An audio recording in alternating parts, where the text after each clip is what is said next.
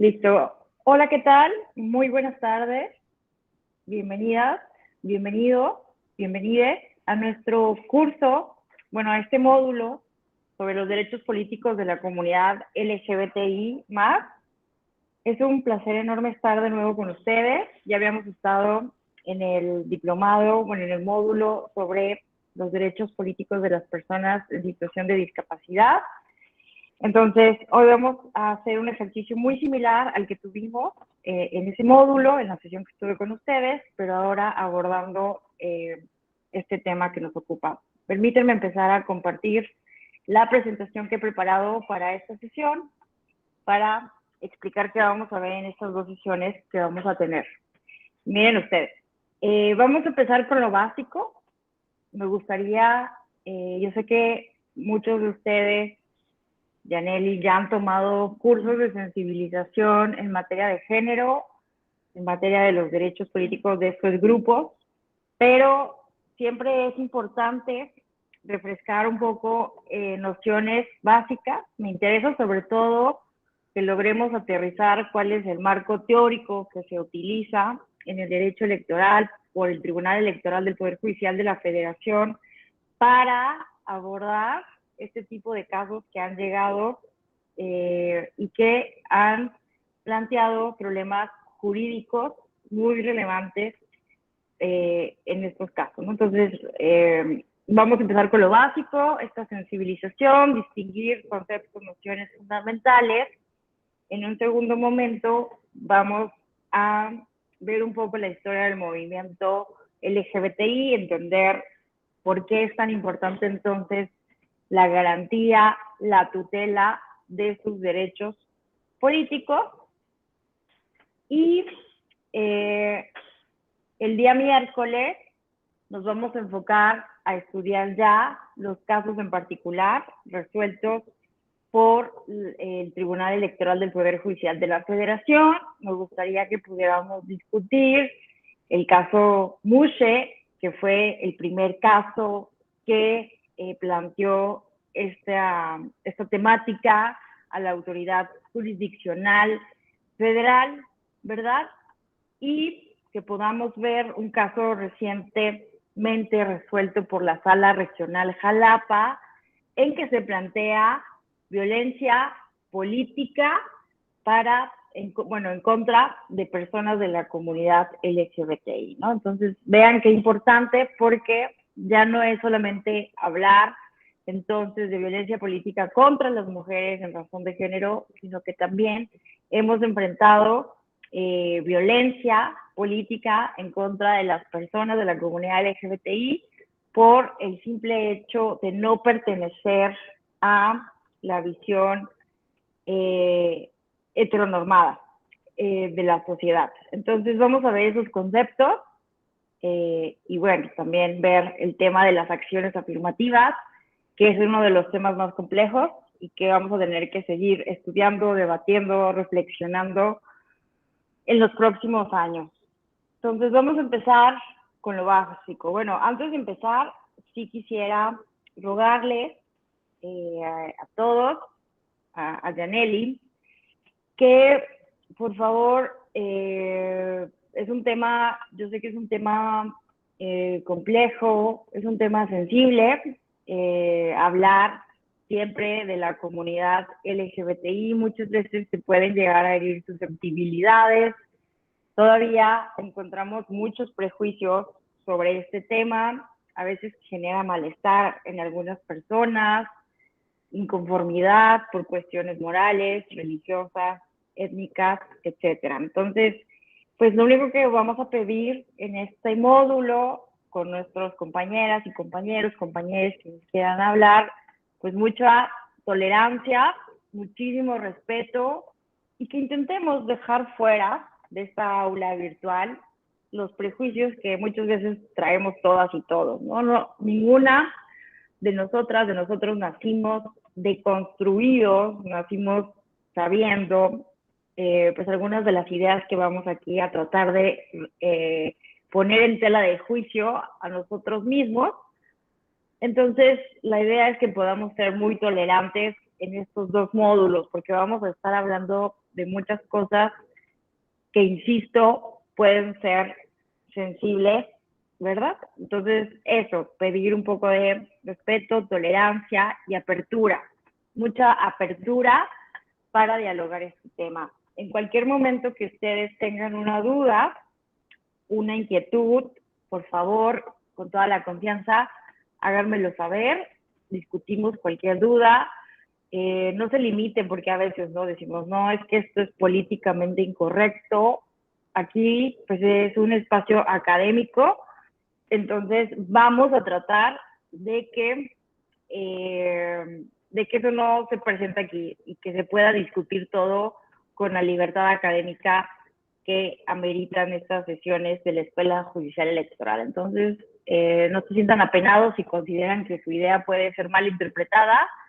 Necesitamos discutirlo, necesitamos discutir este tema, replantearlo, y como somos autoridades electorales necesitamos tomar entre toda la comunidad política electoral, escuchando a las comunidades que han estado históricamente en situación de vulnerabilidad, qué podemos hacer en conjunto para garantizar efectivamente sus derechos, ¿no? Entonces, bueno, vamos ahora sí con lo básico. Básico, ¿no? ¿Qué significa LGBTI, no?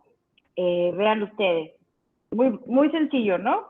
LGBTI significa lesbianas, gays, bisexuales, transexuales, transgénero, intersexuales, ¿no? ¿Qué significa lesbianas? Pues son las mujeres a las que les gustan las mujeres, se sienten atraídas, erótica, afectivamente o sexualmente por las mujeres. Los gays son generalmente los hombres que se sienten atraídos, lo mismo, ¿no? Afectivamente, emocionalmente o sexualmente por otros hombres.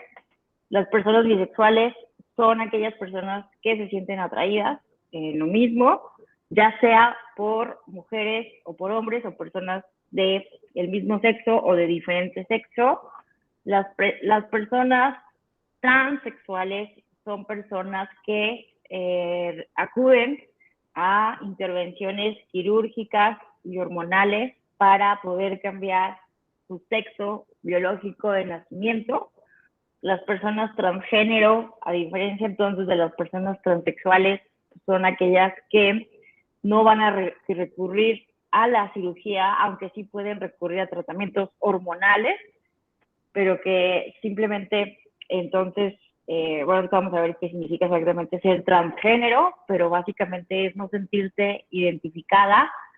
Tu identidad de género no corresponde con tu sexo biológico. Y las personas intersexuales son personas que pueden tener tanto órganos sexuales femeninos como masculinos, ¿no? Un poco como las personas hermafroditas, y entonces es complejo definirlas desde el punto de vista incluso biológicas, ya sea como hombres o como mujeres. Bueno, entonces esto es lo que significan las siglas básicas LGBTI.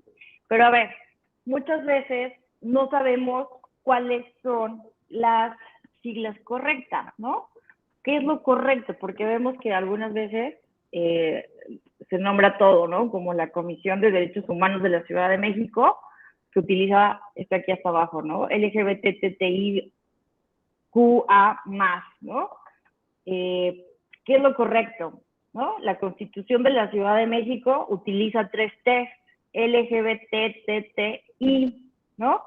Pero vean que los estándares internacionales y las organizaciones de la sociedad civil están de acuerdo en que decir simplemente LGBT o LGBTI es adecuado, ¿no? Con esto se cumple con un estándar mínimo de inclusión a estas llamadas disidencias sexuales,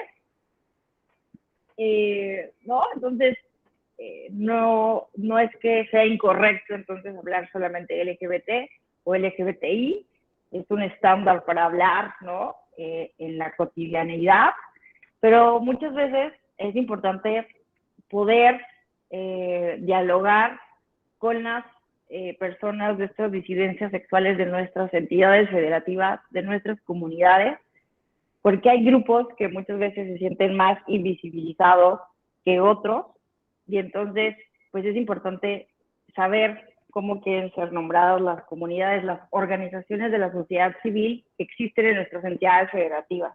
Entonces, como autoridades electorales, como operadores jurídicos, es bien importante que cuando se acerquen a nuestras instituciones o nosotros nos acerquemos a estas organizaciones o a estas personas de estos colectivos, les preguntemos cuál sería el tratamiento correcto, cómo quieren ser nombrados. Porque, por ejemplo, ¿no? En la comisión, como les decía, en la Comisión de Derechos Humanos de la Ciudad de México se utiliza las siglas más largas, LGBTTIQA, Q refiriéndose a la comunidad queer, a las personas asexuales, y el más justo, el más es para señalar aquellas otras disidencias sexuales que no se identifican en ninguna de estas, pero que también son consideradas por las autoridades y que buscan ser incluidas en la tutela de sus derechos humanos o cualquier otra situación de la que se esté haciendo referencia a esta comunidad, ¿no? Entonces, eso es importante, ¿no? Que en cada comunidad política, en cada entidad federativa, en cada país, pueden existir grupos que tengan mayor demanda de ser visibilizados. Ahora, sí necesitamos, ¿no? Recordar estas categorías que son bastante problemáticas y que incluso, ¿no? Hemos visto que en los últimos años, muy recientemente, han habido incluso diferencias sobre el uso adecuado de estas dos categorías sexo-género, incluso por las mismas feministas, ¿no? Pero es bien importante entender esto para entender dónde el marco teórico conceptual que hemos venido usando en el Tribunal Electoral del Poder Judicial de la Federación, acorde con los estándares internacionales, acorde con los instrumentos internacionales notificados por el Estado mexicano, acorde con la academia, ¿no? Con la academia que ha sentado las bases para el derecho internacional de los derechos humanos, ¿verdad? Entonces, por eso es importante, yo sé que ustedes ya lo han estudiado mucho, pero vamos a recordarlo un poco, ¿no? ¿Cuál es la diferencia de sexo y género, ¿no? Y por qué eso es relevante para la tutela de los derechos políticos electorales. Bueno, muy sencillo, ¿no? Sexo, cuando hablemos de sexo, simplemente podemos relacionarlo con las características biológicas, genéticas, hormonales, anatómicas y fisiológicas, a partir de las cuales las personas son clasificadas como machos o hembras de la especie humana al nacer, a quienes se nombra como hombres o como mujeres respectivamente, ¿no? Mientras que el género se refiere a los atributos que social, histórica, cultural, económica, política y geográficamente, entre otros, han sido asignados a los hombres y a las mujeres, ¿no? Entonces, básicamente, la diferencia es muy sencilla, ¿no? Sexo, lo biológico, y el género son todas estas ideas culturales, sociales, ¿no? Entonces, sexo biológico, género, lo social, lo convencional, lo cultural, ¿no? Entonces, el género son todas estas ideas que culturalmente hemos ido estableciendo que corresponden a lo femenino y a lo masculino, ¿no? Entonces, a eso nos referimos cuando hablamos de género, es una construcción social, ¿no? Y como una construcción social, esto implica que no está determinado biológicamente, ¿no? El género, entonces, no está determinado por el sexo de nacimiento. Esto es bien importante tenerlo en cuenta, y ahorita vamos a ver que desde la sexología de personas profesionales que se dedicaban a la investigación desde la salud reproductiva, empezaron a entender, ¿no? Que el sexo y el género no eran una categoría unitaria. Vamos a ver ahorita eso. Pero bueno, ¿por qué es importante entonces hacer la distinción entre sexo y género? porque desafortunadamente, con el paso del tiempo, con la historia de la civilización humana, hemos creado lo que se llaman estereotipos de género, ¿no? Todos estos atributos que social, histórica, cultural, económica y políticamente, geográficamente, entre otros, hemos asignado a los hombres y a las mujeres, desafortunadamente pueden llegar a ser negativos porque limitan, simplemente porque limitan derechos humanos. Entonces, un estereotipo no necesariamente es negativo, ¿no? Todos tenemos estereotipos, ¿no? Pensemos en las personas yucatecas, ¿no? Que el estereotipo más famoso, bomba, ¿no? Bomba, y hablan, comen cochinita pibil, ¿no? Pensemos en el estereotipo del gringo que come hamburguesas, los italianos que comen espagueti, los mexicanos que tomamos tequila, ¿no? Los estereotipos son muchas veces simplificaciones, ¿no? Caracterizaciones de ciertos grupos sociales a partir de generalidades o rasgos que son observables de manera objetiva. Pero, ¿no? Y muchas veces estos estereotipos, o también podemos hablar de prejuicios de género, ¿no? Y también los prejuicios no necesariamente tienen que ser negativos, ¿no? Generalmente la palabra prejuicio tiene una connotación negativa, pero también los prejuicios, ¿no? Es decir, el prejuicio, el juicio previo al juicio, ¿no? ¿Qué significa hacer un juicio? Pues piensen simplemente en los jueces, ¿no? Jueces y juezas, que para hacer un juicio, pues necesitan tomar en cuenta todo el expediente, los casos, la valoración de la prueba, hacer un conocimiento, una investigación mucho más exhaustiva, ¿no? Entonces el prejuicio es todo lo que está previo a este juicio. El prejuicio es entonces el primer conocimiento que tenemos sobre las cosas, las ideas, lo primero que tenemos, lo que sabemos, esas opiniones que muchas veces no están fundamentadas, pero es lo que sabemos, lo que hemos escuchado, lo que hemos vivido, lo que tenemos en la cabeza sobre algún tema en específico. Entonces, no necesariamente son negativos porque nos ayudan a simplificar la complejidad del mundo, ¿no? El mundo es muy complejo, ¿no? Es caótico, tenemos muchísimos problemas sociales, tenemos guerras, tenemos pobreza, tenemos hambruna, tenemos una gran cantidad de áreas del conocimiento, ¿no? Simplemente nosotros que nos dedicamos, ¿verdad?, a las ciencias sociales, al derecho electoral, a la ciencia política, pues no podemos saber todo en temas de medicina, ¿no? Simplemente tenemos prejuicios sobre temas médicos y por ello necesitamos esos prejuicios y confiar en los médicos para que nos receten, ¿no? Cuando estamos enfermos y nos puedan restablecer la salud, ¿no? Entonces, los prejuicios no son realmente negativos, pero insisto, ¿no? Un estereotipo de género es, se puede llegar a volver nocivo, negativo, ¿no? Es decir, esta opinión o un prejuicio generalizado acerca de atributos o características que hombres y mujeres poseen o deberían poseer, o de las funciones sociales que ambos desempeñan o deberían desempeñar, se puede volver nocivo y peligroso para las sociedades democráticas, para las sociedades que aspiramos a ser inclusivas, democráticas y en donde todas las personas, sin importar su orientación sexual o su identidad de género, puedan ser felices, vivir plenamente, desarrollar todas sus capacidades y sus potencialidades.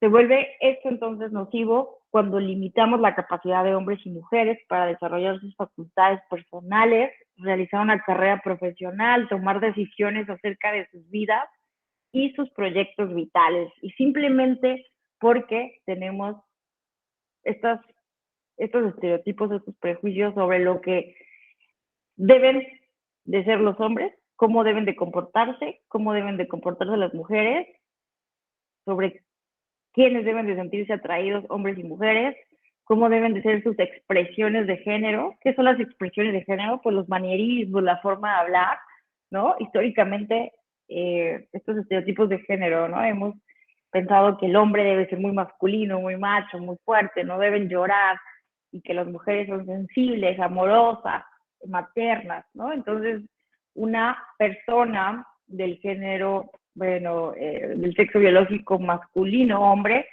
pues no puede tener, ¿no? Hemos desarrollado ese estereotipo de que no puede tener rasgos afeminados, comportarse con esas ideas que hemos atribuido históricamente a las mujeres, ¿no? Entonces, esos estereotipos se vuelven, insisto, negativos y nocivos porque limitan derechos, porque generan situaciones de violencia y situaciones de discriminación, ¿no? Entonces, vean este estereotipo, ¿no? De las mujeres, que vean qué violenta es esta infografía, ¿no? Esta infografía que nos muestra que supuestamente, ¿no? Las mujeres todo el tiempo estamos pensando en ropa, que somos generadoras de dolores de cabeza, que compramos compulsivamente, que estamos hablando todo el tiempo, pero vean, ¿no? Tenemos una mínima capacidad para manejar las computadoras, conducir los coches, o que no tenemos iniciativa para el sexo, ¿no? Entonces, todos estos estereotipos se van volviendo discriminatorios, violentos, y van limitando derechos humanos, ¿no? Como cuando hablamos de violencia política contra las mujeres en razón de género, es muy importante tener en cuenta que justo está basada en estos estereotipos, ¿no? Que desafortunadamente todavía muchas personas creen que las mujeres no somos aptas para las cuestiones políticas. Y entonces, pues hemos visto desde 2014 que se empieza a visibilizar de mayor manera la violencia hacia las mujeres porque no se obstaculiza, se limita, se entorpece el simple ejercicio de sus derechos humanos por el simple hecho de ser mujeres, ¿no? Por un elemento de género. La violencia también ocurre en contra de los hombres, ¿verdad? México es un país extremadamente violento, lo sabemos, hay cifras, hay estadísticas del INEGI, por cuestiones del crimen organizado, a los hombres los asesinan más, pero vean, esto es bien importante tenerlo en cuenta, ¿no? Nadie está diciendo o negando la violencia que también sufren los hombres, incluso las mujeres las pueden asesinar, y no por razones de género, sino porque tienen problemas políticos, problemas económicos, por otra cuestión que no necesariamente es un elemento de género. Pero la diferencia está, ¿no? Que generalmente a los hombres heterosexuales no los matan por ser hombres, ¿no? No los matan por ser hombres y cumplir con el estereotipo de lo que debe ser, en teoría, un hombre. A las mujeres sí les limitan los derechos políticos, a las personas de la diversidad sexual las asesinan, hay muchos transfeminicidios, hay muchos delitos motivados simplemente por el odio, ¿no? Y eso es lo que debe ser intolerable en una sociedad democrática y debe ser entonces estudiado con un enfoque distinto, ¿no? Siempre pongo este ejemplo, pero me parece importante tenerlo en cuenta.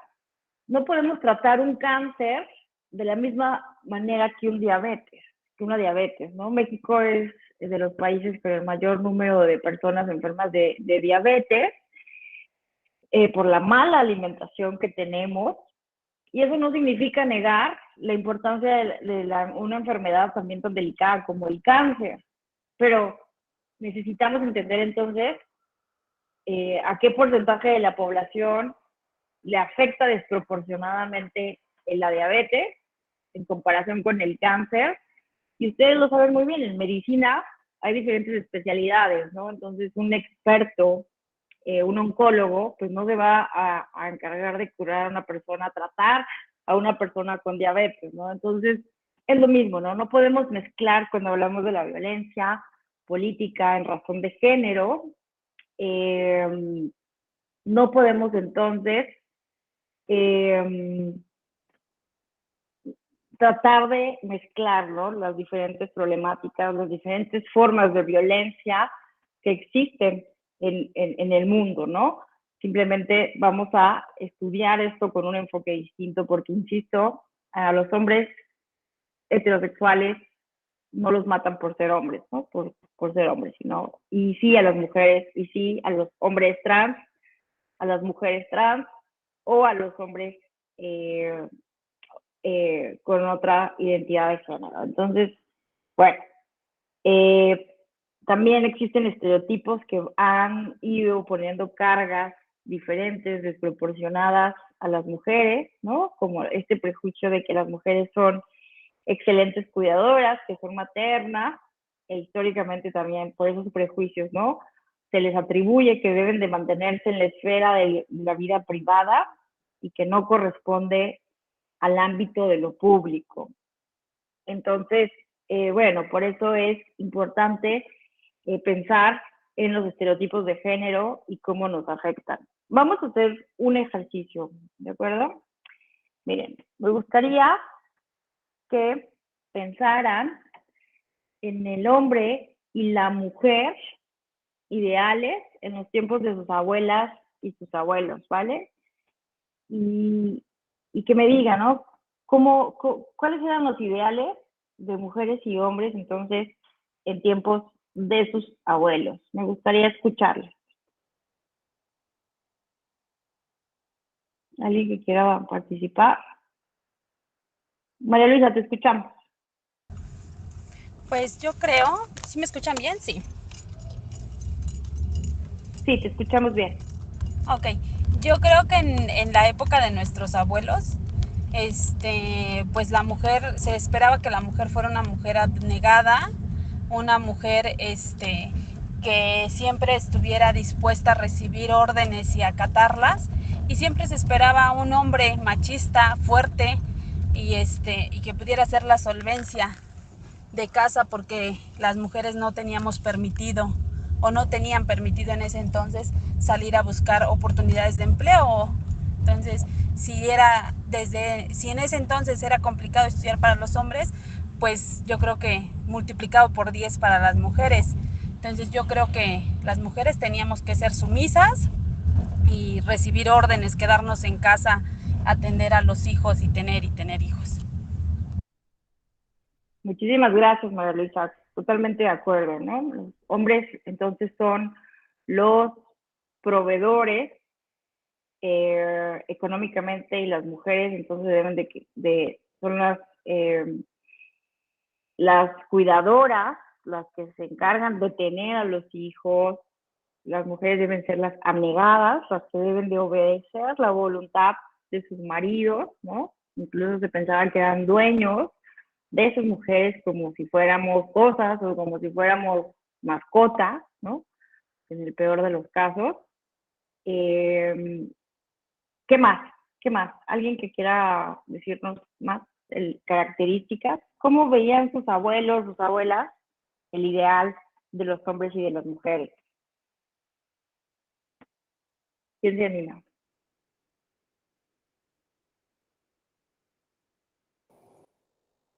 Bueno, ¿se escucha? Te escuchamos, Fidel. Ok.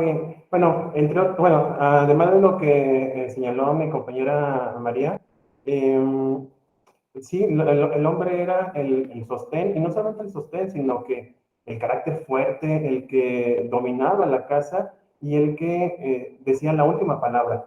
Por parte de las mujeres, también era no solamente el de cuidar a los hijos, sino mantener la casa, nada más. Era su obligación porque era lo único que podía aportar. Lamentable, bueno, es la visión que me acuerdo de mis abuelos. Eh, y el hecho de que el hombre no fuera el único que, vamos, incluso se veía mal visto a la mujer que trabajaba, porque implicaba, irónicamente, de que el hombre no podía. Es decir, no podía sostener a su familia y por eso tenía que echar de mano de que la mujer trabajara. Y eso era muy mal visto. Además de que la mujer, aparte pues de tener hijos, era de crearlos, y la mujer perfecta, híjole, va a sonar muy feo, pero era la que más callada estaba. Claro, ¿no? Totalmente. ¿No? Este estereotipo de la mujer calladita te ves más bonita, ¿no? Sí, las mujeres que trabajaban se veía mal, ¿no? Por esa incapacidad del hombre de solventar económicamente a su familia, de ser el proveedor, ¿verdad? Sí, totalmente de acuerdo contigo, Fidel. Muchísimas gracias. María, ¿quieres agregar algo? Veo que tienes tu mano levantada.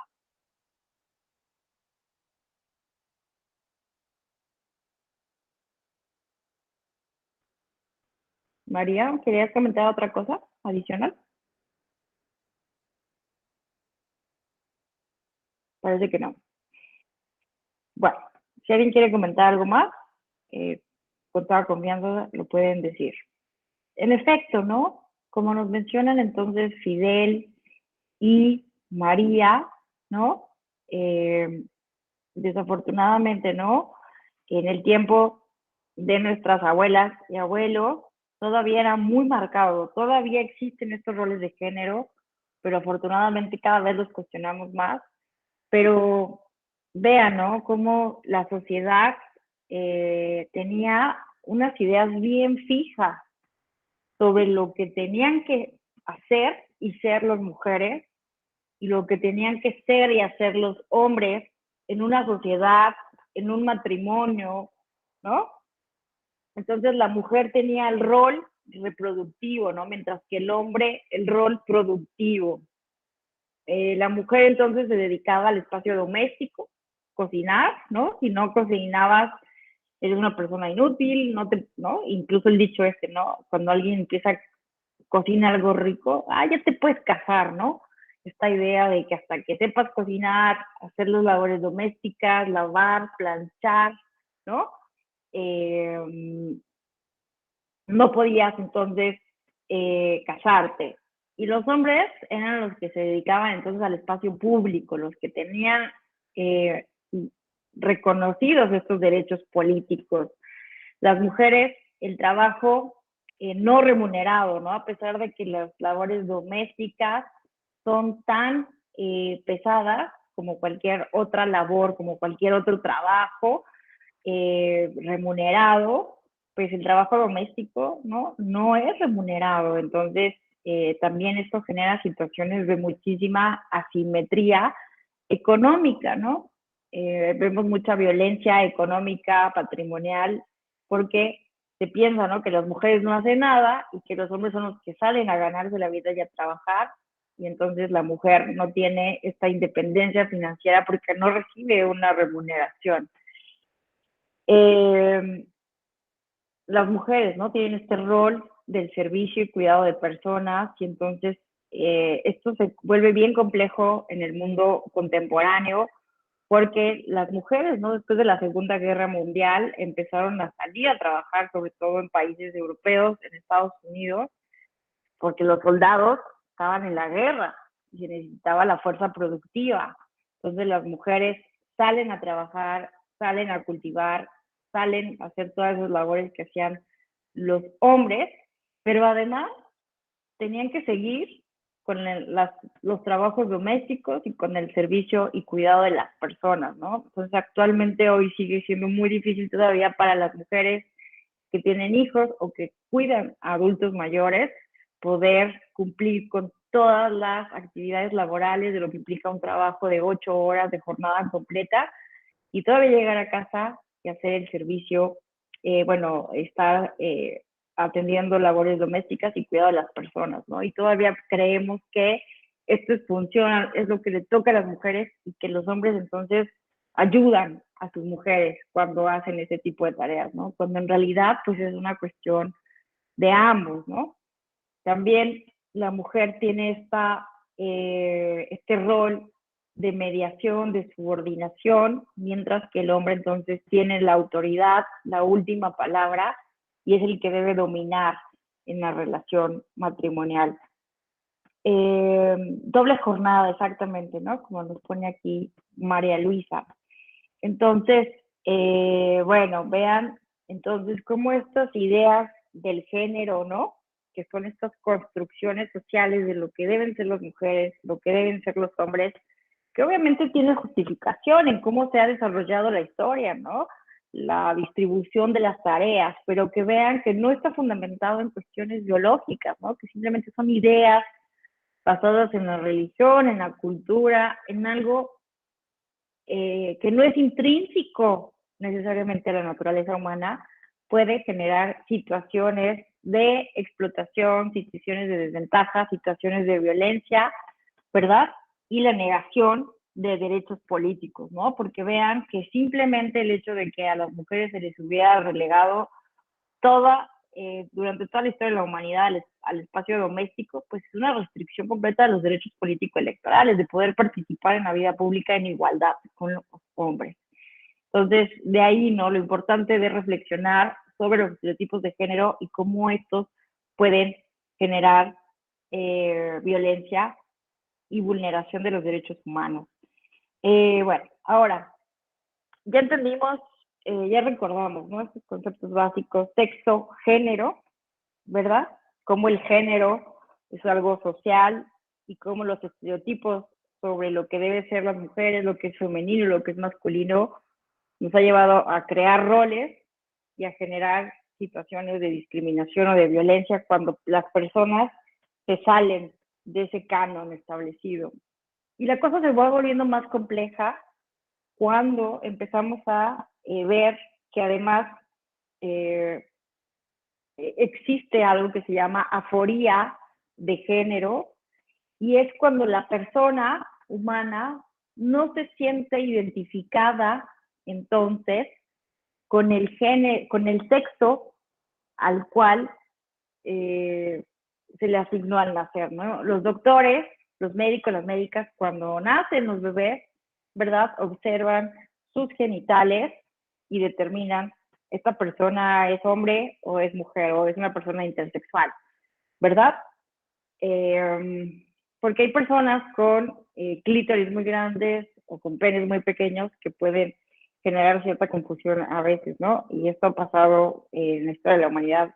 No es lo más común, pero puede llegar a pasar, ¿no? Entonces, bueno, la idea es que cisgénero, entonces ser una persona cisgénero implica que nuestra expectativa social del género se alinea con el sexo que es asignado al nacer. En consecuencia, existen hombres y mujeres cisgénero, ¿no? Y el prefijo cis, pues viene del latín de este lado, correspondiente a, y el antónimo entonces es trans. Trans significa del otro lado, ¿no? Y hace rato que veíamos el tema de las siglas, me faltó explicar que no es necesario siempre incluir en las siglas LGBTI, LGBTTI, porque justo la palabra trans, así trans, es un término paraguas que justo puede englobar tanto a las personas transexuales, transgénero y transvestis, ¿no? Las transvestis son aquellas personas que se visten de un género distinto a su sexo biológico, ¿verdad?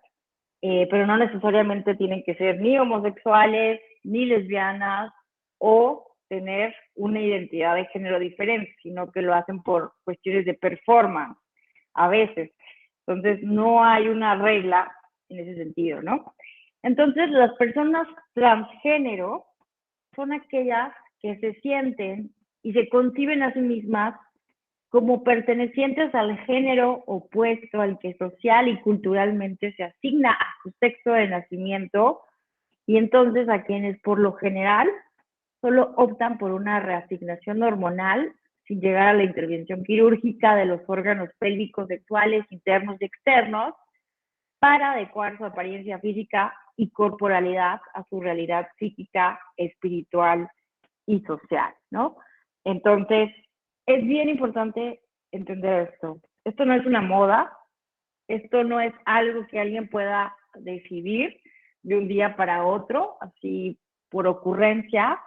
Es algo, la identidad de género es algo que se siente en lo más profundo de nuestro ser, ¿no? Yo, Alejandra Tello, me siento mujer y esta expectativa mía de ser mujer, de sentirme mujer, de ser del género femenino, se alinea, ¿no? Con el sexo que me fue asignado al nacer y es por ello que soy una mujer cisgénero. Pero pensemos en el caso de una amiga mía, Valentina, una activista trans, género una mujer trans.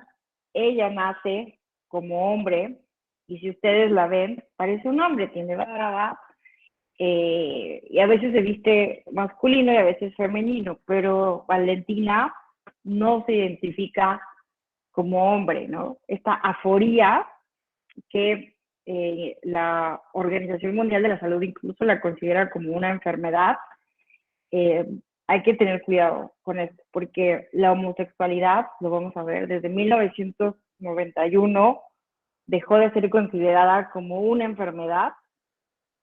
Desafortunadamente, en el siglo XX todavía se pensaba, a los principios del siglo XX, que era una enfermedad, ¿verdad? Bueno, y durante mucho tiempo en la historia de la humanidad también se pensaba que era un pecado, un castigo divino, un degenere, una perversión, pero hoy hemos entendido que no es ni una enfermedad, ni una perversión, ni un trastorno, simplemente es algo que forma parte de la naturaleza humana y que es algo que las personas no pueden decidir, es algo que hace que una persona se sienta así, ¿no? Es como cuando nos gusta a alguien, no hay razones explicables de por qué alguien nos puede hacer atractiva o por qué no nos sentimos femeninas, sino que nos podemos llegar a sentir masculinas, igual los hombres, no hay una explicación de por qué ocurre esto, simplemente es, y esto es bien importante tenerlo en cuenta,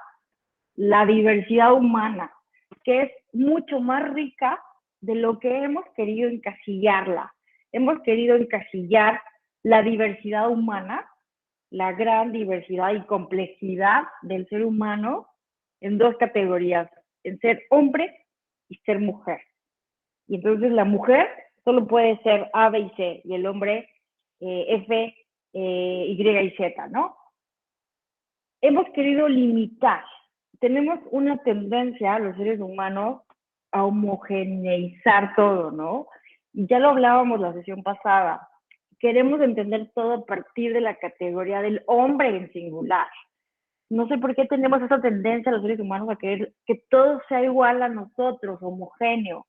Y nos cuesta mucho trabajo entender cuando alguien es diferente, cuando alguien tiene una orientación sexual distinta, una identidad de género distinta o una expresión de género distinta.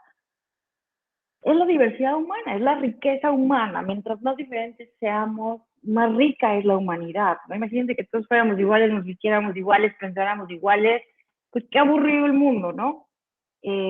Tan solo piensen en las especies de insectos que no han podido ser investigados por los biólogos, ¿no? Hay una gran cantidad de millones de especies de insectos que no conocemos porque no alcanza la ciencia, los biólogos para estudiar a todas las especies vivas de este planeta, ¿no? Ni siquiera hemos podido explorar todo lo que hay en el mar. Entonces, ¿por qué insistimos en encasillar el alma de los seres humanos? Que cada alma, cada ser humano es tan diferente, todos tenemos un cuerpo diferente, deseos, anhelos, inclinaciones, gustos tan diferentes y queremos homogeneizar por un deseo de control, por un deseo de simplificación, por un deseo por un miedo a lo diferente, ¿no? Entonces este miedo a lo diferente es con lo que tenemos que luchar, ¿no? Porque insisto, es algo que ocurre, lo vamos a ver ahorita, desde que existe la humanidad, desde que existe la humanidad existe la homosexualidad, la lesbiandad, la transexualidad, el transgenerismo, siempre ha existido, ¿no? Y como lo vimos con el tema de la discapacidad, lo que ha ido cambiando es la manera en cómo le damos tratamiento a eso. Entonces, igual, ¿no? Que con la discapacidad, con el enfoque eugenésico, médico, rehabilitador, le dábamos un enfoque distinto y ahora ya lo vemos de otra manera, la discapacidad. Así también el tema de la identidad de género, orientación sexual y las expresiones de género, les estamos dando un tratamiento acorde con una sociedad democrática, con una sociedad pluralista y con una sociedad que tutela derechos humanos, ¿no? Porque en realidad, pues todas estas, insisto, estos prejuicios que hay a las personas que no se alinean a las hegemonías dominantes, recordemos, ¿no?, lo que estuvimos viendo entonces de las intersecciones, de estas categorías de opresión, los seres humanos que no se alinean a estas ideologías privilegiadas dominantes, pues sufren estas situaciones de opresión, discriminación y violación a los derechos humanos simplemente por prejuicios, por estereotipos, ¿no? Insisto, por este deseo de homogeneizar cuando todas y todos y todes somos únicos, irrepetibles, especiales, ¿no? En fin. Entonces, vamos a ver, bueno, no sé si hasta aquí alguien quisiera comentar o preguntar algo. ¿Todo bien hasta aquí? Bueno, ya saben que si quieren preguntarme algo, comentar algo, complementar, cuestionar, criticar, lo que sea, con toda confianza, toman el micrófono o escriben en el chat.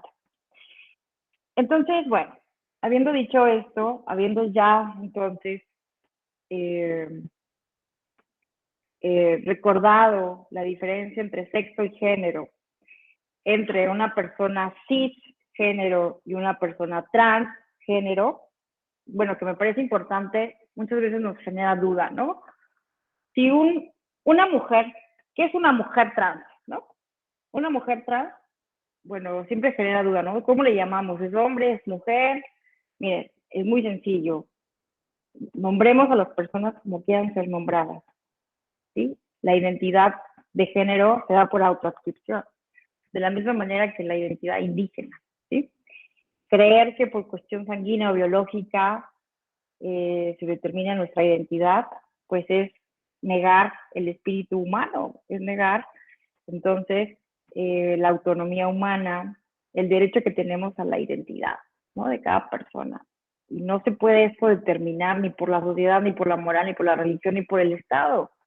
Tenemos que, si apostamos y creemos en la autonomía del ser humano, de las personas, como personas colectivas, pero también como personas individuales, debemos de respetar la autonomía para tener una identidad propia, ¿no? Y que además la identidad de género es lo que sienten las personas en lo más profundo de su ser, ¿no? Insisto, no es algo que se inventen, que sea una moda, es algo que pasa simplemente, insisto, porque la humanidad es bien rica, bien diversa, y la sexualidad humana ahorita vamos a ver que la sexualidad es un espectro, ¿no? Hemos creído que solamente existen, ¿no? Ahorita vamos a ver quién descubrió esto.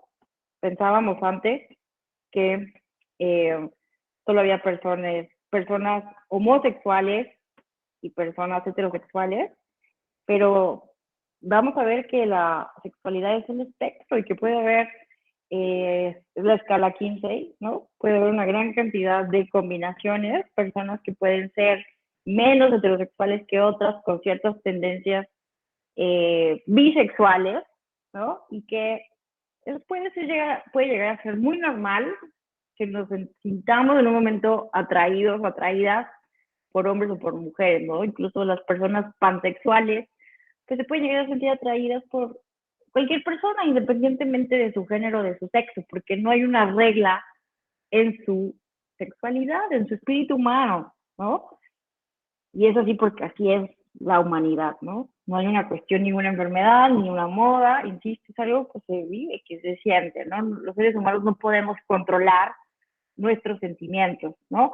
Nuestras identidades. Entonces, bueno, vean, ¿no? Justo Alfred Kinsey es el padre de la sexología moderna, en 1948 publicó su reporte sobre las prácticas sexuales de los hombres blancos en Estados Unidos y en 1953 el de las mujeres. Y o sea, imagínense que apenas en el siglo pasado, en 1948, 1953, no se hablaba en la ciencia sobre las prácticas sexuales.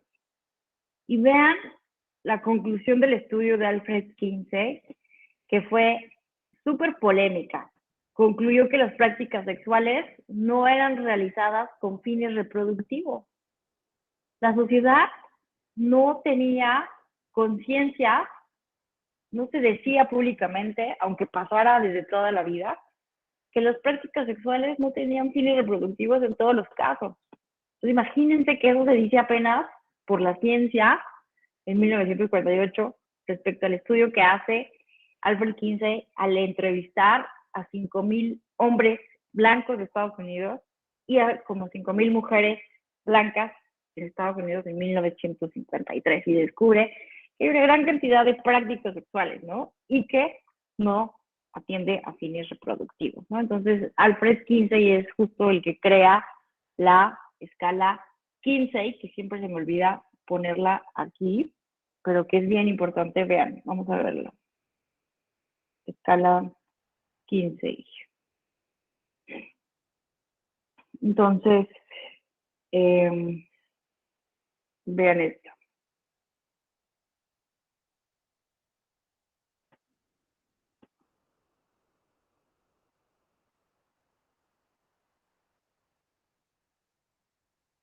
Entonces, miren, lo que descubrió el padre de la sexología moderna es que hay una gran, que la sexualidad es un espectro y que puede ser bien diverso, ¿no? Personas que son exclusivamente heterosexuales, pero puede haber, ¿no? En la escala 1, personas heterosexuales con tendencias homosexuales incidentales, personas heterosexuales con tendencias homosexuales más que incidentales, personas bisexuales que igualmente son heterosexuales y homosexuales, personas homosexuales con tendencias heterosexuales más que incidentales, ¿no? Podemos ver personas homosexuales que de repente se pueden llegar a sentir atraídas por personas de su sexo distinto. Y no que era gay, y no, es algo que puede ocurrir porque así es la diversidad humana. O decimos, no, es que es una etapa, porque ya, o alguien que de repente, ¿no? Sale del closet, como lo decimos coloquialmente, ¿no? En nuestra cultura, que empieza a tener novios, novias del mismo género, del mismo sexo, y de repente vuelve a tener una pareja heterosexual y que dicen, no, no, pues es que es una etapa, ¿no? Pero vean que la escala de la sexualidad es un espectro que puede tener esto, ¿no? La homosexualidad en la escala 5, ¿no? Homosexual con tendencias heterosexuales incidentalmente y personas que son exclusivamente homosexuales. Entonces, vean, ¿no? Esto fue algo que el padre de la sexología empieza a decir apenas con fundamentos científicos en la segunda mitad del siglo XX, ¿no? Entonces, por eso, ¿no? Por eso es que todavía existe muchísima discriminación y muchísimos prejuicios en torno a la sexualidad. Denme un minuto, por favor. Tengo que escuchar un mensaje de la oficina. No me tardo. Un minuto.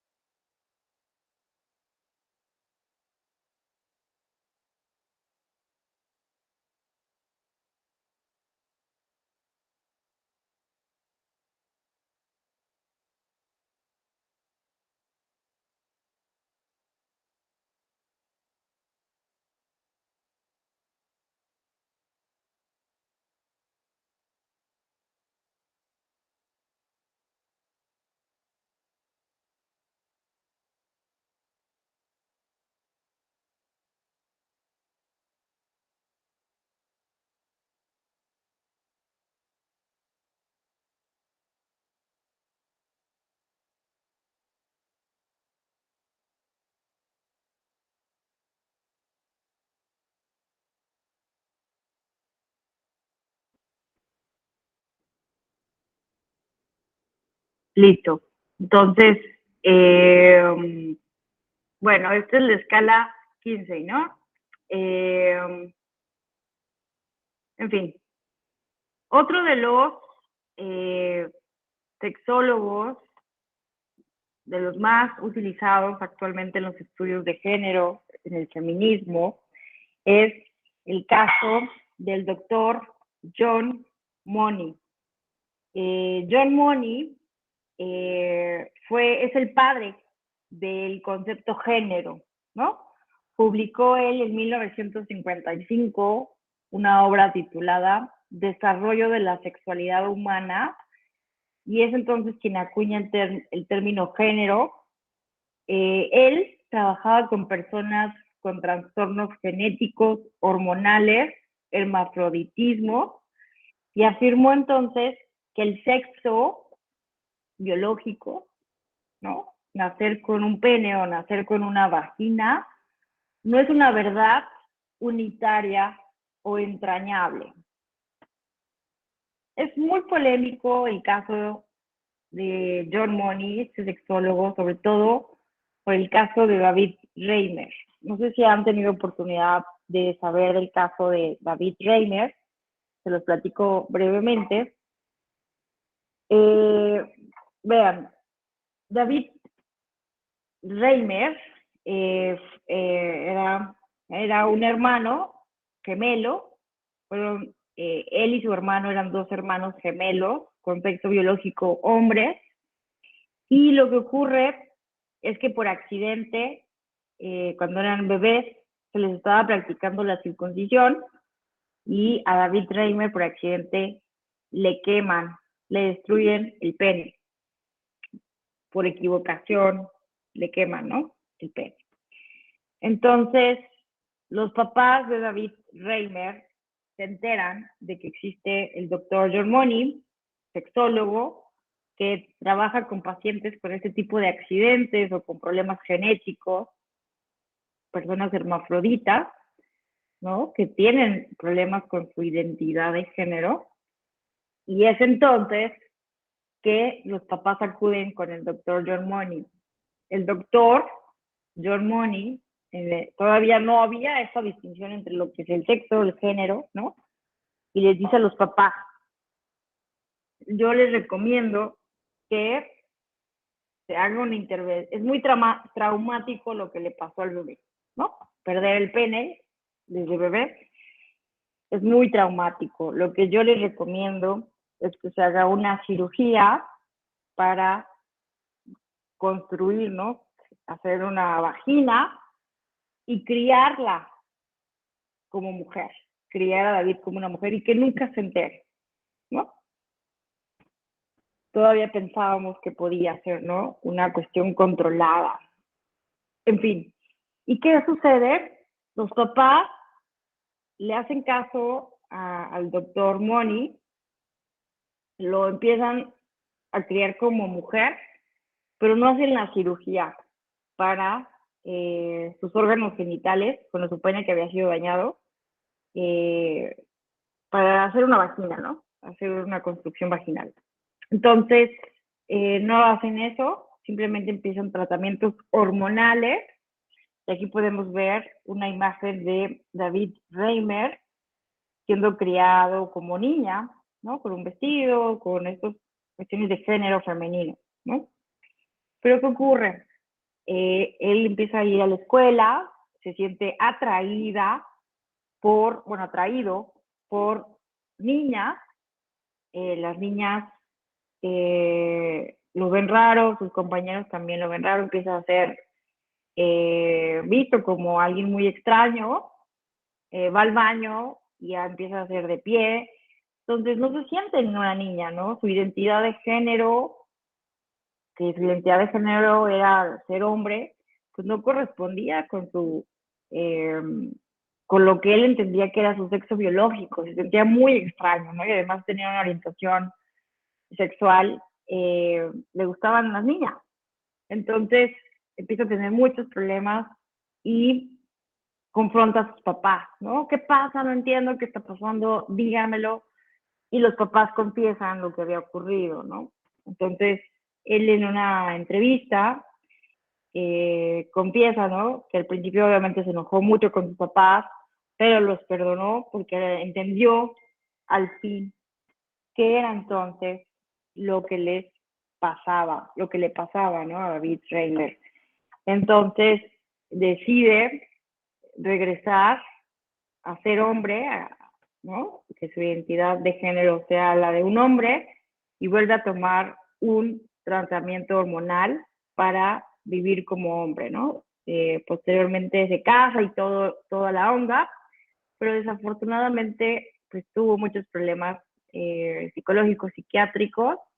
Incluso se acusa al doctor David Moni de abuso psicológico para sus pacientes y desafortunadamente se termina suicidándose David Reimer, ¿no? Es un caso realmente de los más polémicos, de los más controvertidos, pero justo este caso y otros de sus pacientes permiten justo al doctor George Moni concluir esto, ¿no? Que no se puede controlar la identidad de género de las personas. Creo que esa es la cuestión más importante que debemos de extraer de esto.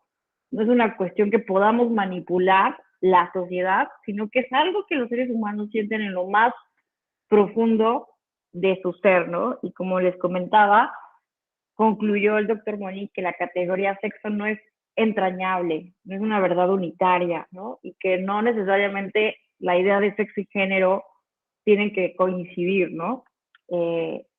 Y bueno, también gracias a eso entendimos lo que es entonces la aforía de género. Tenemos también el caso de Robert Stoller, quien trabajaba con personas a las que se les criaba equivocadamente como hombres o mujeres por una asignación basada en un pene muy chico o en un clítoris muy grande, y publicó Sex and Gender, donde concluyó que la determinación niño-niña depende de procesos psicológicos y sociales, ¿no? En fin, estos son como de los autores más relevantes en los estudios del sexo, del género, en el estudio de la sexualidad humana, ¿no?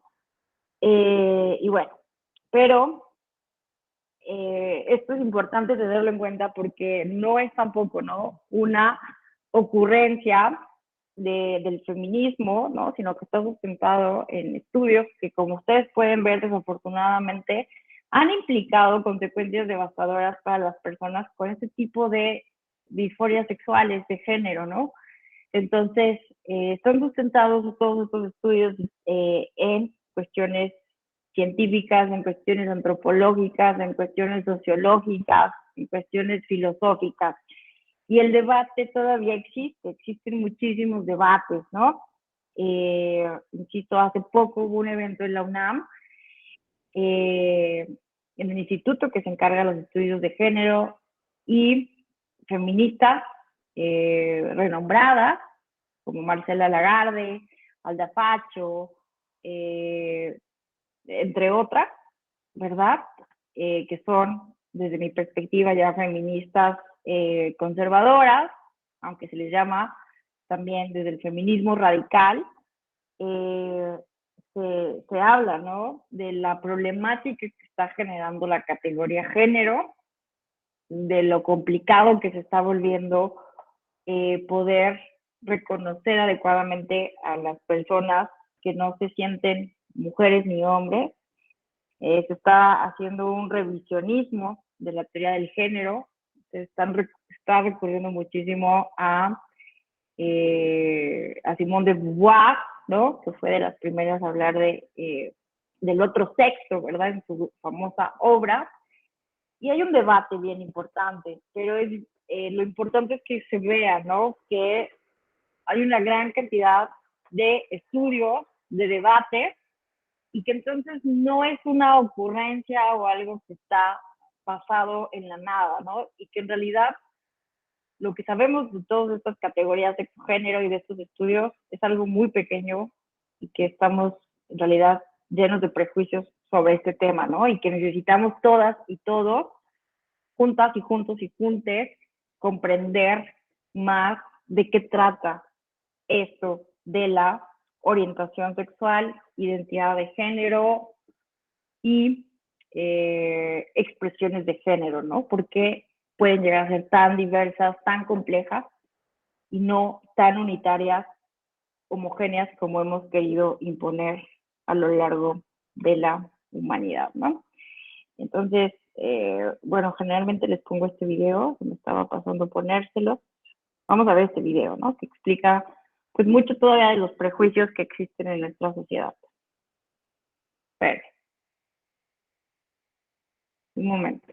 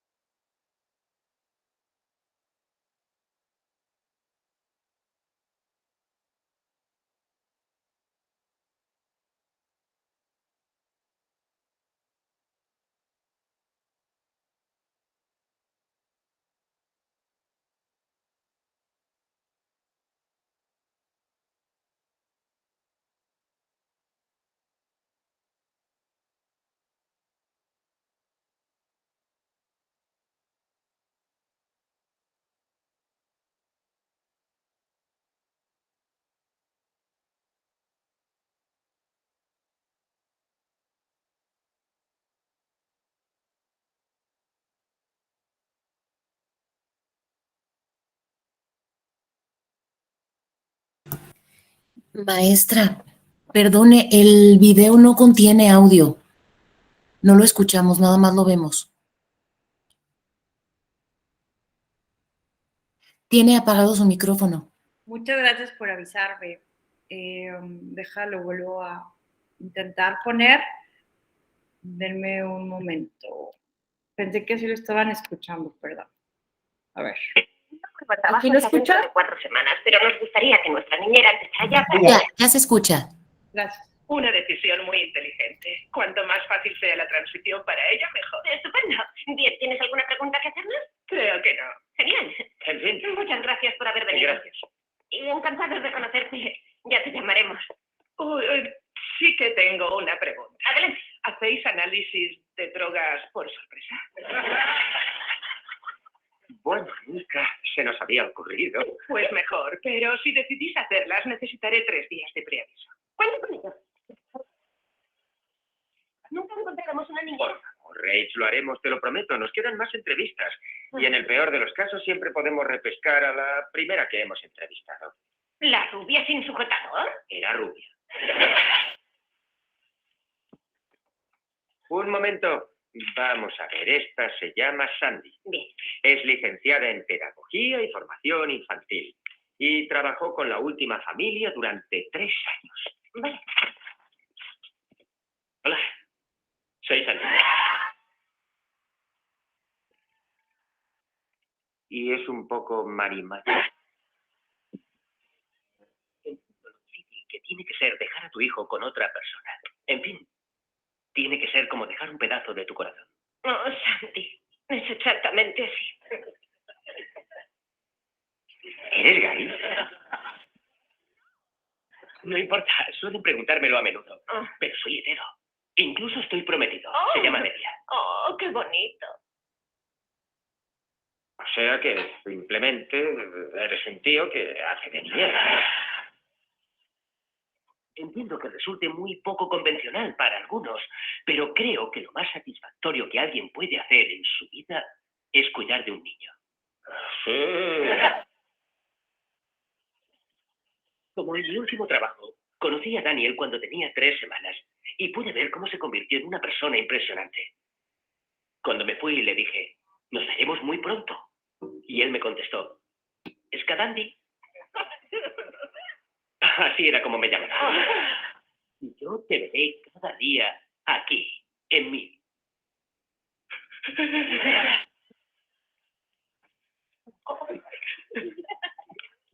Sí, los críos dicen un montón de tonterías.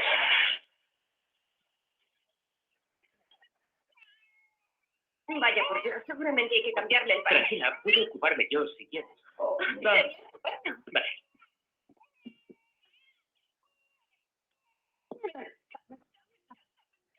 Por favor, Rach, es un tío. ¿Y qué? Es inteligente, está capacitado. Dime una razón por la que no deberíamos probarlo. Porque es raro. ¿Por qué? ¿Qué clase de trabajo es ese para un hombre? Niñera. Ya ves, es como si una mujer quisiera ser... Sí.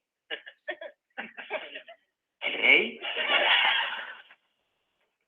Oye, espero que no os importe. Le he puesto a Edma un poco de pomada hecha por mí. Es una mezcla de miel y crema de caléndula. Le curará esa irritación enseguida. Además, te mantiene las manos jóvenes.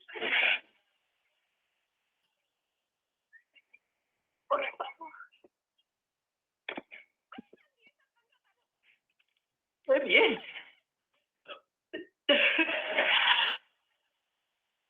Lo siento, es que resulta muy emotivo cuando te acogen en una nueva familia. Pobrecito, ven aquí. Como mínimo eres bisexual.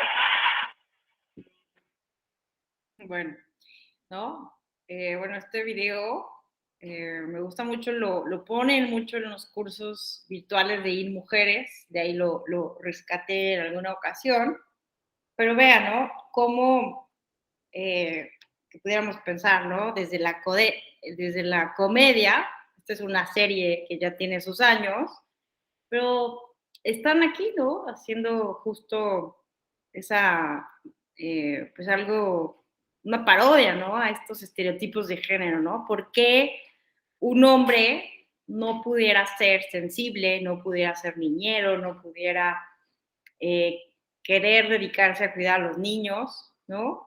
Y vemos, ¿no? Ross con estos prejuicios del género, ¿no?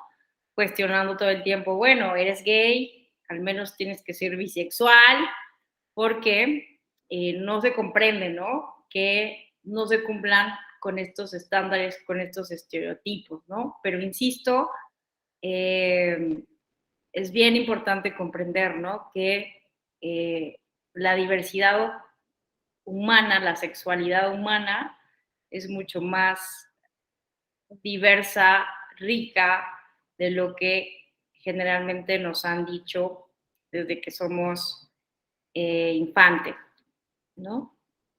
Bueno, entonces, para cerrar esta primera parte, ¿no? Debemos entonces comprender que no es lo mismo entonces la identidad cultural, ¿no? Que las personas mushes, como vamos a ver el miércoles, mañana no nos vemos porque es 10 de mayo, ¿verdad? Pero es bien importante, ¿no? Entonces, entender como el caso Mushe, que vamos a ver del caso de Oaxaca, de la usurpación de la identidad de género por hombres de algunos partidos políticos para abusar de la acción afirmativa destinada a mujeres y personas trans. No necesariamente la identidad Mushe, que las personas mushes no necesariamente se identifican ni como mujeres ni como hombres, sino que son mushes, y que esa identidad cultural, por ejemplo, pues no necesariamente tiene que coincidir, alinearse con la identidad de género, ¿no? Entonces, las personas mushes del estado de Oaxaca no necesariamente se identifican como mujeres ni como hombres. Y que se vistan con rasgos femeninos no los hace homosexuales, ¿no? Pueden ser asexuales, bisexuales, heterosexuales, homosexuales o pansexuales, ¿no? O sea, hay una gran cantidad de posibilidades para todos los seres humanos, ¿no? Pero hay un miedo muy fuerte, ¿no? De los seres humanos de reconocer que nos atrae a alguien del mismo género por esta cultura machista, misógena, ¿no? Etcétera. Entonces, ¿no? Entonces, vamos a poder también encontrar personas, mujeres cis o mujeres trans, y no necesariamente van a ser lesbianas o homosexuales, ¿no? Entonces, no hay una correlación, ¿no? No asumamos esto. Y además, la identidad cultural, la identidad de género, la orientación sexual, no necesariamente va a coincidir ni con las características sexuales, ¿no? Con esas características físicas, biológicas, cromosómicas, gonodales, hormonales y anatómicas, con las expresiones de género, con las formas de hablar, con los manierismos, con el modo de vestir, con el comportamiento social y con las modificaciones corporales, ¿no? Entonces, hay que estar bien sensibilizados en este tema para poder tratar con la debida diligencia, con una perspectiva de derechos humanos y una perspectiva también intercultural a todas las personas de las disidencias sexuales, ¿no? Porque, insisto, tenemos una gran cantidad de construcciones sociales que nos llevan a la discriminación, todas estas ideologías que son las hegemónicas de nuestras sociedades occidentales, ¿no? El binarismo de género que creemos, ¿no? Que solo puede haber hombres y mujeres, pero las personas queer, ¿no? ¿Qué significan las personas queer? Son el sexo fluido, no necesariamente se identifican como hombres o como mujeres, pueden ser muy femeninas, muy masculinas, ¿no? Entonces, hay ideologías, ¿no? El binarismo de género, el heterosexismo, el cisexismo, ¿no? Que sostienen entonces que eso es lo que debe de ser verdad. Pero no hay ningún estudio científico que demuestre nada, o sea, no hay ninguna evidencia científica de que los seres humanos debemos ser así, ¿no? Insisto, no es una enfermedad. La homosexualidad o cualquier otra consideración desde ese sentido. La discriminación y la violencia pues ha generado la bifobia, la homofobia, la intersexofobia, la lesbofobia y la transfobia. Entonces vamos a ver más adelante también datos, cifras de transfeminicidios, ¿no? De actos de discriminación para los colectivos de las disidencias sexuales. Y entonces, pues bueno, cerramos esto por ahora. Vamos ahora un poco a hablar de la historia del movimiento de la comunidad LGBTI, pero no sé si antes alguien quisiera hacer alguna pregunta o hacer algún comentario.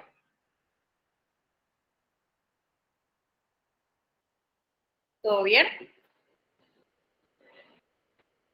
Muy bien. Entonces, continuamos. Vamos a ver un poco sobre la historia del movimiento LGBTI. Les mencionaba, ¿no?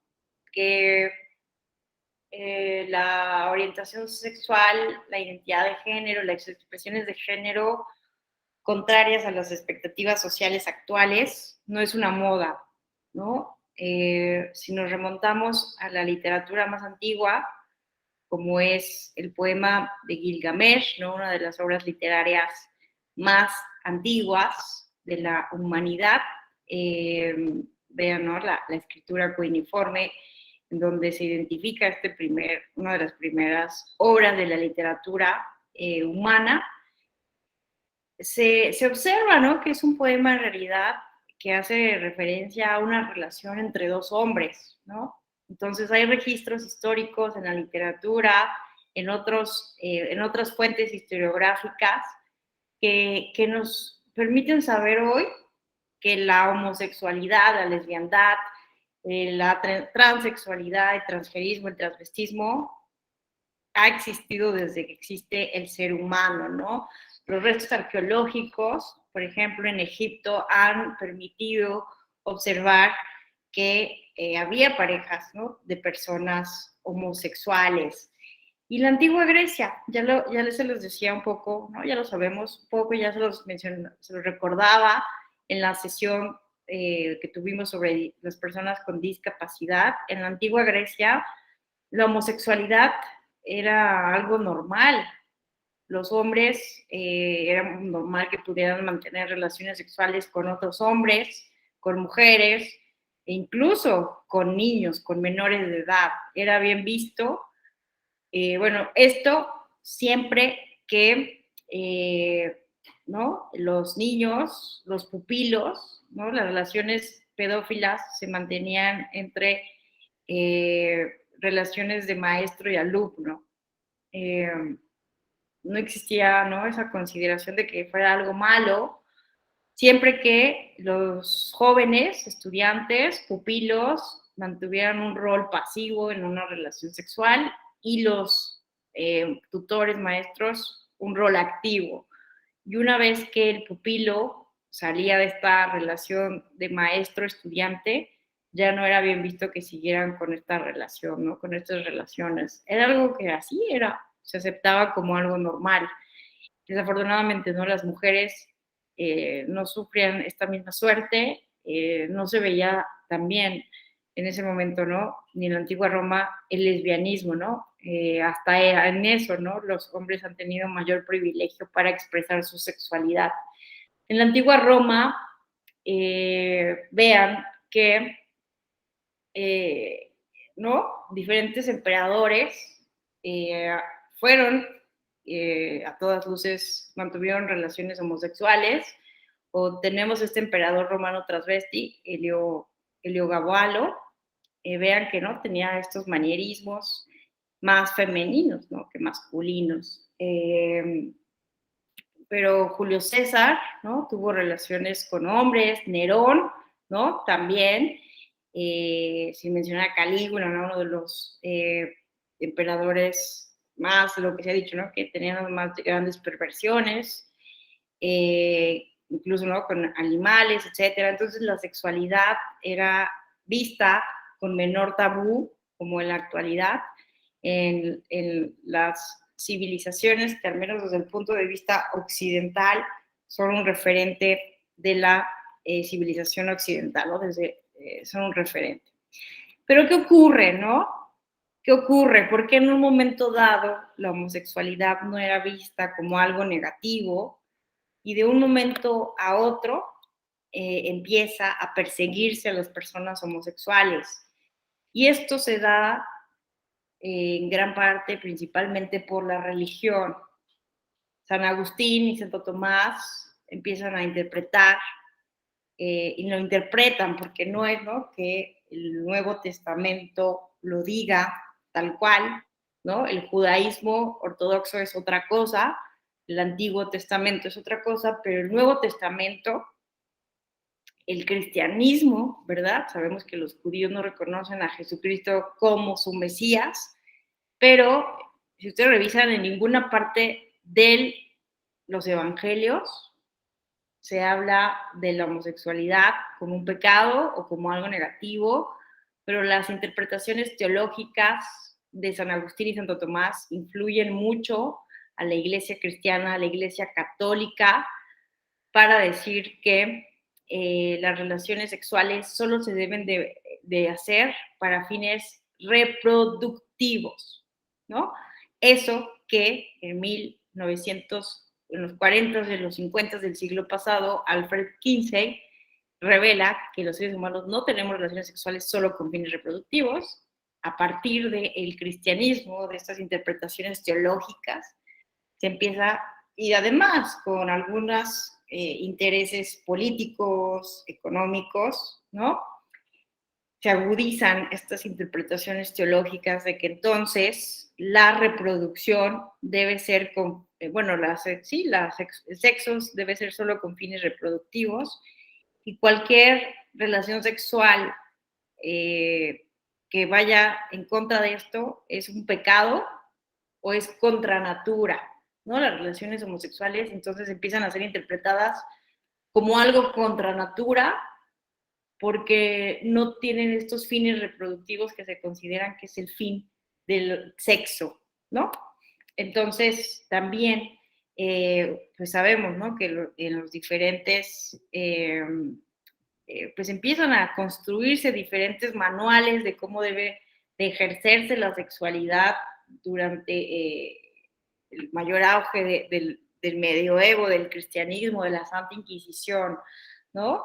Se debía de evitar a la mayor costa el placer, solo había ciertas posiciones sexuales que se permitían, en fin, las mujeres, ¿no?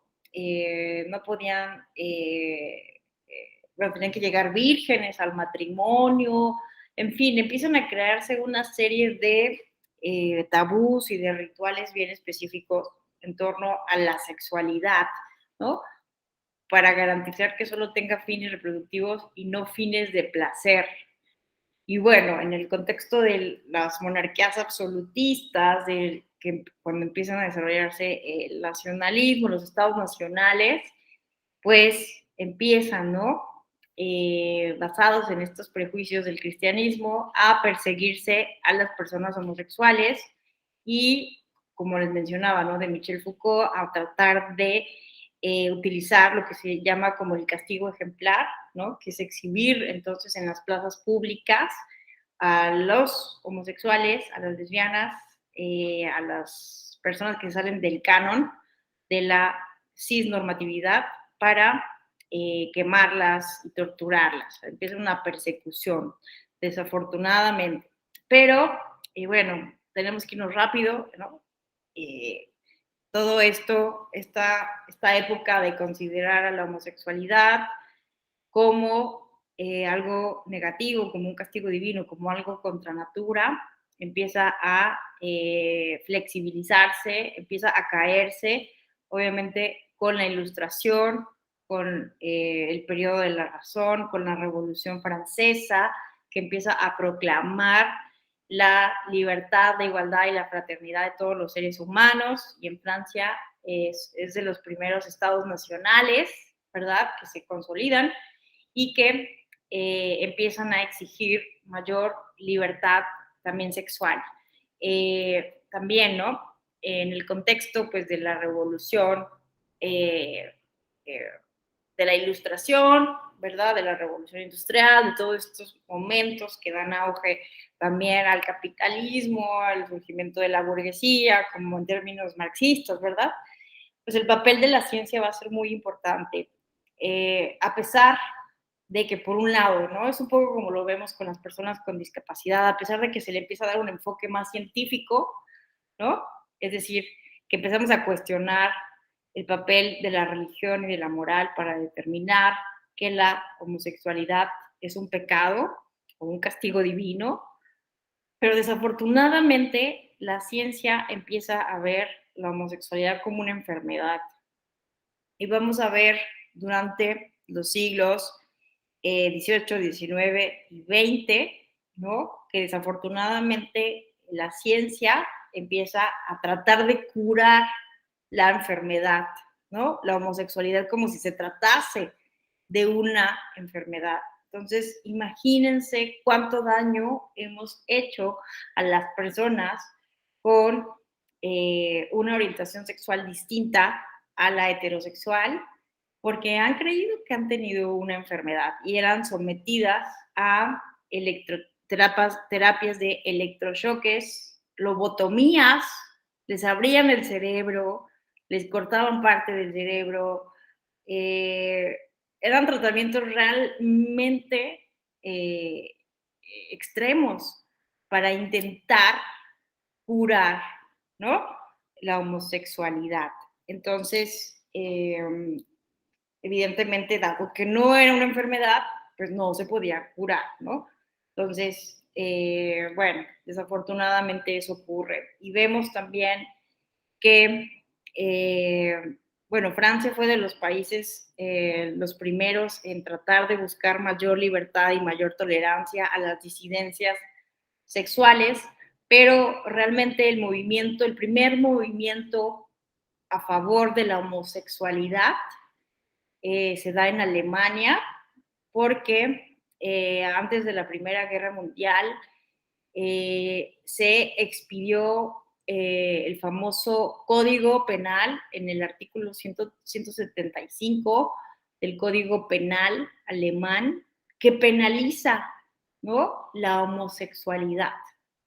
Entonces, te pueden mandar a la cárcel por ser una persona homosexual. Entonces, las personas homosexuales en Alemania, en Berlín, empiezan a juntarse, a manifestarse para abolir este artículo 175 del Código Penal alemán. Cuestión que se logra y vamos a ver, después de la Primera Guerra Mundial, un periodo de mayor libertad sexual en Alemania, en el mundo. Empiezan las primeras películas a tratar la temática de la homosexualidad de manera más abierta, ¿no? Sale la primera película de una pareja homosexual y se da en el mundo la primera cirugía de cambio de sexo. Pero desafortunadamente vemos que en el siglo XX las fuerzas fascistas avanzan más rápido que las fuerzas progresistas. El fascismo empieza a entrar en Europa de manera terrible. Y sabemos que Hitler no solamente persiguió, exterminó a las personas judías, sino también a las personas homosexuales. Se eran llevados a campos de concentración donde para identificar a las personas homosexuales se les ponía un triángulo rosa invertido para señalar a las personas homosexuales y se las eliminaba.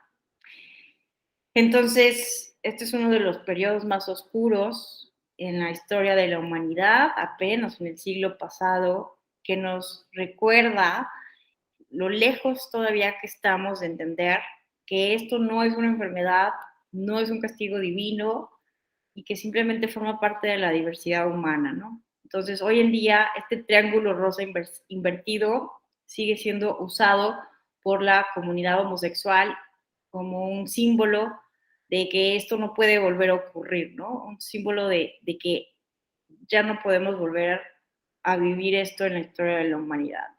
Pero como tal, el movimiento de la comunidad LGBTI que conocemos actualmente tiene su origen en el 28 de junio de 1969 en Stonewall, Nueva York, porque el movimiento homosexual surge en Alemania, ¿no? Con la tipificación de la homosexualidad como un delito, que Hitler lo vuelve a considerar un delito, pero como tal se une el movimiento homosexual con otras disidencias sexuales, con las lesbianas, con las personas transvestis, con las personas transexuales. En Nueva York se da el primer movimiento donde se unen estas disidencias sexuales, porque también en Nueva York había una legislación muy restrictiva. Las personas no podían ir por las calles con una identidad de género distinta a la de su sexo biológico. Entonces, por eso, ¿no? Se da el surgimiento de las discotecas, de los antros gays, ¿no? Que hoy conocemos como los antros gays, porque las personas tenían que ir a las discotecas para poder ser libres, ¿no? De poder manifestar su identidad de género, sus expresiones de género, porque no lo podían hacer en público, afuera de las calles. Entonces iban a las discotecas y se vestían con la identidad de género con la que se sentían identificados, identificadas, identificades. Pero esto estaba prohibido, entonces de repente había motines y llegaba la policía y vean lo que hacían. La policía desvestía a las personas para ver si su atuendo iba acorde con sus órganos genitales. Entonces, en la noche del 28 de junio de 1969, la policía entra al bar Stonewall en la ciudad de Stonewall en Nueva York, bueno, al bar Stonewall, bueno, sí, en el estado de Nueva York, y es entonces que se amotinan, ¿no? Una mujer trans se niega a permitir la inspección de sus órganos genitales y empieza una revuelta, se unen todos y todos y empiezan a manifestarse, incendiar, etcétera, ¿no? Y bueno, esto fue la gota que derrama el vaso y empiezan una serie de manifestaciones al día siguiente y bueno, se logra, ¿no? se logra hacer presión en el Congreso local y se va generando diferente tipo de activismo para ir cambiando la visión de los derechos de la comunidad LGBTI. Al año siguiente se reúne el movimiento otra vez para hacer la marcha, y por eso, ¿no? Que es que actualmente el 28 de junio se considera como el Día del Orgullo Gay en todo el mundo, ¿no? Y es cuando vemos las marchas de las personas de las diversidades sexuales saliendo a las calles para protestar. También ocurre eso en México. Entonces, ha sido muy influyente el movimiento de Stonewall de 1969 en todo el mundo, porque a partir de ahí observamos que empiezan a formarse grupos de estos colectivos a exigir reconocimiento de los derechos civiles, de los derechos políticos, de los derechos humanos. Por ejemplo, ¿no? En 1999, Países Bajos legaliza el matrimonio de personas del mismo sexo. En 1999 vemos, ¿no? Que Israel, ¿no? permite reconocer a una mujer la hija de su pareja del mismo sexo, ¿no? Una pareja de lesbianas, y se permite que se le reconozca la tutoría de la hija de su pareja. Vean que desde 2010, Australia reconoce el género neutro, ¿no? Que puede también ser equivalente a lo que hoy entendemos como queer, el género fluido, a todas aquellas que no entran dentro del binarismo de género. Y bueno, desafortunadamente todavía hay en el mundo una gran cantidad de restricciones a los derechos civiles, a los derechos humanos de las personas de la comunidad LGBTI, ¿no? En azul podemos ver los países del mundo que reconocen las uniones civiles, matrimoniales de personas del mismo sexo, pero vemos que todavía hay lugares en el mundo en donde está restringida, hay restricciones a la libertad de expresión, ¿no? Hay países en donde no puedes de ninguna manera caminar de la mano con tu pareja porque está prohibido por el Estado, no solamente es una restricción moral, sino también penal, administrativa. Hay penas de prisión, como pueden ver aquí en naranja, hay cadenas perpetuas, pero también existe la pena de muerte por la homosexualidad, como es aquí el caso de Irán, que vemos aquí en el mapa. Entonces, pues ha ido avanzando a diferentes velocidades, a diferentes ritmos, el reconocimiento de los derechos civiles, políticos, humanos, económicos, sociales, culturales, todos los derechos humanos de las personas de la comunidad LGBTI, ¿no? En México, los avances del movimiento de la comunidad LGBTI también han ido a diferentes ritmos en las entidades federativas. No es lo mismo, ¿no? Hay estados, como ustedes saben muy bien, bastante conservadores. Tenemos, ¿no? Que hay de repente movimientos antiderechos, anti-trans. Entonces va avanzando de diferentes maneras, ¿no? Pero les voy a mencionar solo algunos de los principales avances del movimiento en México para ir cerrando. En 1975, por ejemplo, Nancy Cárdenas, junto con Carlos Monsiváis y diferentes intelectuales, promovieron el manifiesto en defensa de los homosexuales.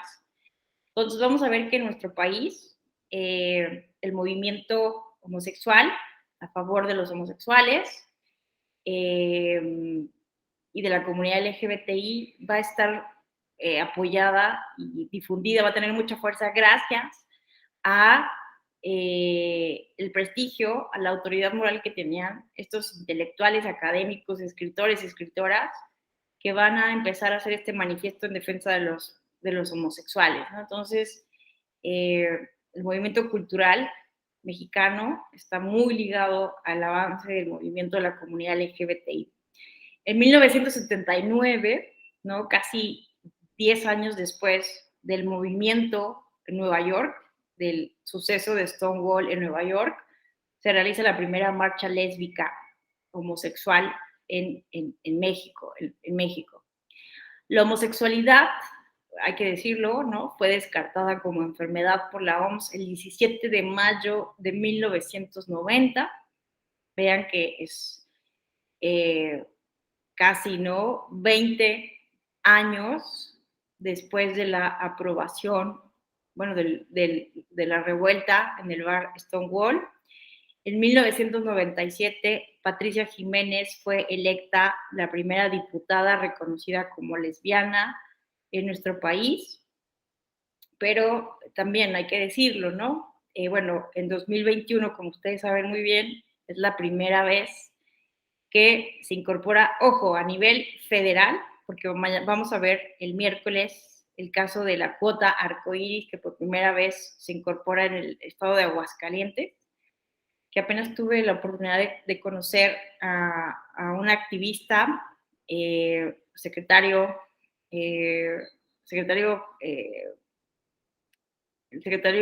general de acuerdos del Tribunal Electoral del Estado de Aguascalientes. Es una persona trans, una persona que no se considera ni hombre ni mujer y que ha realizado litigio estratégico para, de manera muy interesante, en la entidad federativa ir reconociendo el derecho de la comunidad LGBTI. Pero, pues hay que decirlo que no todas las personas que llegan bueno, ya incorporamos acciones afirmativas y hoy sabemos, ¿no? Que hay personas de la comunidad LGBTI, tanto en la Cámara de Diputaciones como en el Senado, y que se han implementado estas medidas en estados como en Aguascalientes y en una gran cantidad de entidades federativas, pero es uno de los temas que vamos a abordar, porque una cosa es entrar por una acción afirmativa y otra cosa es que pertenezcas a la comunidad, pero que no lo quieras decir, ¿no? Entonces, en realidad no sabemos cuántas personas de las disidencias sexuales, homosexuales, lesbianas o lo que ustedes quieran, han ocupado cargos de elección popular sin salir del closet, ¿no? ¿Me explico? Pero entonces, Patricia Jiménez es la primera persona reconocida como lesbiana, ¿no? Ser diputada federal. Porque, insisto, no sabemos cuántas personas pudieron haber tenido una orientación sexual distinta a la heterosexual y que han ocupado cargos de elección popular en la historia, ¿no? Pero que han decidido no salir del closet o no manifestarlo públicamente. En 2007 se llevó a cabo la primera unión civil entre dos parejas del mismo sexo. La Ciudad de México fue la primera entidad, bueno, todavía no era como tal reconocida una entidad federativa. El Distrito Federal, ¿no?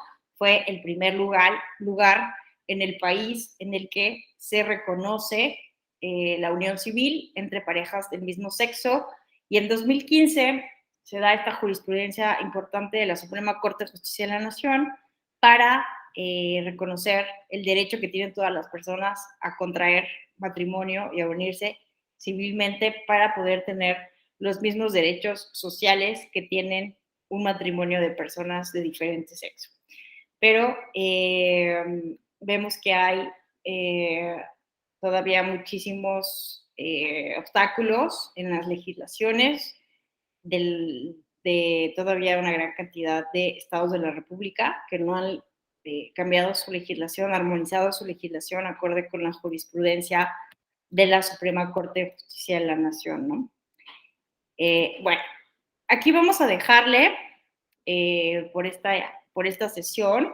Si ustedes están de acuerdo, mañana continuamos, mañana vemos algunos datos de discriminación de las personas de la comunidad LGBTI+, y nos centramos en estudiar los casos que han llegado al Tribunal Electoral, 2 casos relevantes o 3 comentaremos, y me gustaría que discutiéramos sobre cuáles son las problemáticas a las que nos estamos enfrentando en el derecho electoral, qué es lo que se ha hecho para ir abordando estas problemáticas, pero qué es lo que tenemos que ir pensando y seguir discutiendo para el futuro. Entonces, no sé si hasta aquí alguien quisiera hacer algún comentario, alguna reflexión o tuviera alguna pregunta que hacer.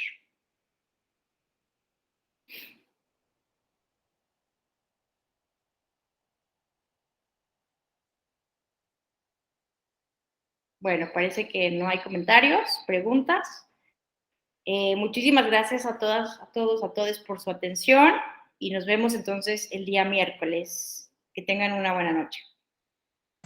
Muchas gracias por su exposición, maestra. Buenas noches. Muchas gracias. Muchas gracias. Buenas noches. Gracias. Gracias, maestra. Gracias, María Luisa.